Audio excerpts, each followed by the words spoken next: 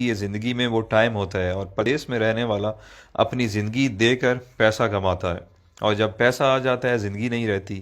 آپ کے ماں باپ نہیں رہتے، آپ کے بچوں کا بچپن نہیں رہتا، آپ کی بیوی بوڑھی ہو جاتی ہے، آپ کے دوست یار آپ سے جدا ہو جاتے ہیں، آپ اپنا علاقہ، خوشی غمی سب چیزوں سے دور ہو جاتے ہیں۔ آپ کی زندگی صرف ایک پیسہ کمانے والی مشین بلکہ اے ٹی ایم مشین بن کے رہ جاتی ہے۔ آپ مہینے کے مہینے اس سے پیسے نکالتے ہیں اور گھر بھیج دیتے ہیں، یہ آپ کی زندگی ہے۔ پردیسی بندہ جب 1 2 سال بعد گھر واپس جاتا ہے تو اسے سب کی شکلیں تبدیل ملتی ہیں، بچے بڑے ہو گئے ہوتے ہیں، جو جوان ہیں وہ بوڑھے ہو گئے ہوتے ہیں، اور اس سے بڑا ظلم کیا ہوگا کہ وہ جب واپس آتا ہے ملک سے، آتے ٹائم گھر والوں کو کہتا ہے اچھا میں چلتا ہوں، 2 سال بعد فلاں مہینے میں آؤں گا۔ اس سے بڑی زیادتی اور کیا ہو سکتی ہے؟ اتنا مجبور ہے کہ 2 سال بعد اس کو آنا ہے، وہ اپنی مرضی سے آ جا بھی نہیں سکتا۔ اچھا، جب ہم پردیسی چھٹی جاتے ہیں تو گھر والے بھی مہمان کی طرح ٹریٹ کرتے ہیں، آپ کی صحیح غلط ہر بات مانتے ہیں کہ 10 15 دن کے لیے آیا ہے، جو کہتا ہے سن لو، اور دوسرا پیسے بھی تو دیتا ہے۔ میں نے بہت سارے پردیسی لوگوں سے ڈسکس کیے ہے، جب وہ 30 35 سال گزارنے کے بعد ملک واپس لوٹتے ہیں تو ان کے بچے بھی ان کی عزت نہیں کرتے ہیں، کیونکہ انہیں آپ کی عادت نہیں ہوتی ہے۔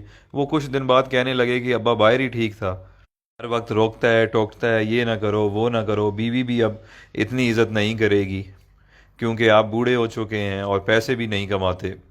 یہ ساری چیزیں اتنی جلدی آپ کو ہضم نہیں ہوں گی، کیونکہ جب آپ پردیس سے آتے تھے تو آپ کو منسٹر جیسا پروٹوکول ملتا تھا، جو اب واپس آنے پر نہیں ملے گا۔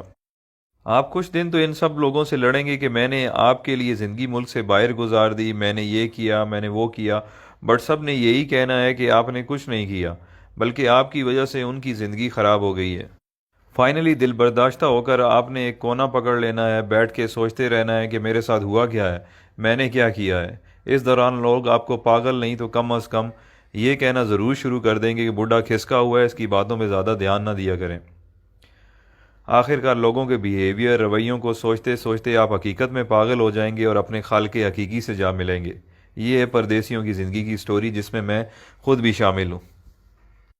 جو پردیس میں رہتے ہیں وہ میری باتوں کو اچھی طرح سمجھ رہے ہوں گے، کیونکہ جس پہ گزرتی ہے وہی جانتا ہے۔ اب آپ مجھے بتائیں اچھا فیصلہ کیا ہے؟ ایک طرف پیسہ، صرف پیسہ اور صرف پیسہ ہے، اور دوسری طرف زندگی جس میں ماں باپ ہیں، بچے ہیں، بیوی ہے، دوست یار ہیں، اپنا ملک ہے، سب کچھ ہے۔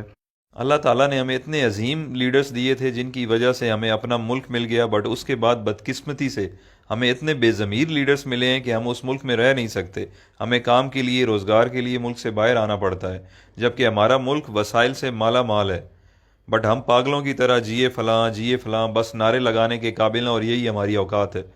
جس دن کرپٹ لیڈرز کو آپ نے جوتے مارنا شروع کر دی، اس دن آپ کو کمانے کے لیے ملک سے باہر نہیں آنا پڑے گا۔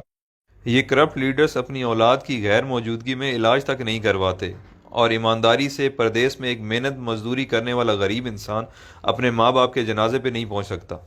آپ کبھی تجربے کے طور پر 1 گھنٹہ انٹرنیشنل ایئرپورٹ پر ارائیول اور ڈپارچر میں گزار لیں، آپ لوگوں کو اندازہ ہو جائے گا کہ پردیس میں رہنے والے اور ان کے گھر والے کس تکلیف سے گزر رہے ہیں۔